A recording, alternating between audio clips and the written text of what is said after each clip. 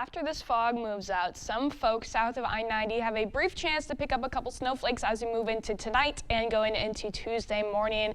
A large system off to our west is starting to make its way into our area. It's really going to dive south, though, bringing the majority of precipitation into Iowa, but we could pick up a few flakes. If we take a look at SkyTrack going into this afternoon, the snow is going to be crossing I-35 in the next few hours, looking towards this evening. And once that happens, we could see a few flakes west of the Mississippi, but really we're on that line of the most northern extent of this system. So again, some areas south of I-90 picking up some light snow, just seeing a couple of flakes floating around, maybe picking up a dusting out there tonight, but really not seeing too much. We could see another band that starts to develop as we go into the early morning hours. As you can see kind of back here, it'll continue to move across our area in the afternoon, really not expanding into much until it's out of our area and more into eastern and central Wisconsin. However, there is a chance for some areas east of I-94 to maybe pick up half an inch of snow at best, but we're really not looking at too much overall for our area. Here we are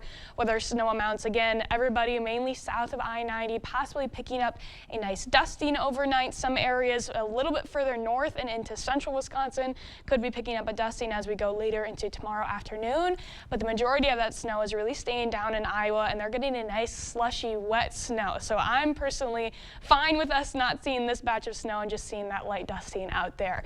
And then we have colder temperatures on the way. This system is really signaling the end of the warm and nice and mild weather that we had this weekend. So I hope you enjoyed it, because as we go into tomorrow, winds are going to be shifting out of the north, and they are going to stay that way for what looks like the rest of the week going into the weekend. We'll actually feel some winds out there, and this thankfully is going to be ridding us of our fog issue that we've been having the last few days, really moving that air and moisture on out, but it will also be moving colder air into the area. We're seeing wind speeds in the afternoon around 20 miles an hour, so just a nice light breeze out there, nothing too impactful other than the fact that it will be bringing in that colder air. And again, those winds are going to stay that way for what seems to be the next week or so, so conditions will continue to get colder as we move into the new year. Not going to feel it too much tonight, as those winds will still be fairly light in the early evening and early nighttime periods, staying right below freezing, and we're really not warming up too much as we go into tomorrow afternoon, possibly a couple degrees into the early afternoon, but then we're really going to start to feel the cool down as we go into Wednesday. Temperatures finally back near normal. This is our normal for this time of year. This is going to be the first of the new year, and we should be sitting around the mid-20s out there. So while it will be feeling a little bit cold after our nice weekend that we had, this is what we should be seeing as we go into January. And then after that, it's only going to get colder. Unfortunately, maybe fortunately if you're a fan of the cold, because winter is finally coming back.